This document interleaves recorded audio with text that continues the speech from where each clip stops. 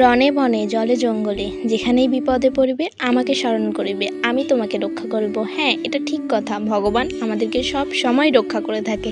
ভগবান যা করে সব মঙ্গলের জন্যই করে। ভগবান বলেছে আমি তোমাদেরকে দেওয়ার চেষ্টা করব, তুমি ধৈর্য ধরো, অবশ্যই তুমি তার ফল পাবে। তুমি যদি অধৈর্যের মতো সব কিছু করো, কোনো দিনও ফল পাবে না। তোমার ভাগ্যে যা আছে তাই হবে। তুমি ভাগ্যকে কোনো সময় উল্টাতে পারবে না। ভগবান সব সময় বলে যে আমি যা দিয়েছি তাতে সন্তুষ্ট থাকো। অল্পতে মানুষের সন্তুষ্ট থাকা দরকার।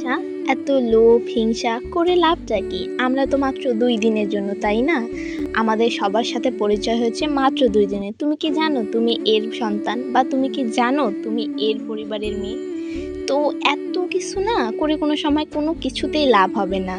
তুমি সব কিছু বলো যে ভগবান তুমি আমাকে যা দিয়েছো আমি তাতেই সন্তুষ্ট। তো আজকে একটু বেশি বেশি কথা বলে পেলাম। তো পূজাতে গেছিলাম, পূজাতে যেয়ে উপাস করলাম, মানে উপাস ছিলাম অবশ্য। তো থাকার পরে এখন হচ্ছে প্রসাদ খাইতে বসছি। পূজা শেষ হয়ে গেছে, অঞ্জলিও দিয়েছি।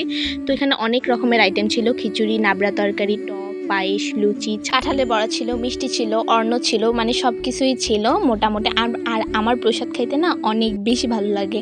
তো যাই হোক, সারাদিন ক্লান্তের পরে যদি তুমি কোনো কিছু চাও, অবশ্যই তোমাকে সেটা অবশ্যই দেওয়া হবে, কারণ তুমি ধৈর্য ধরতে পারো।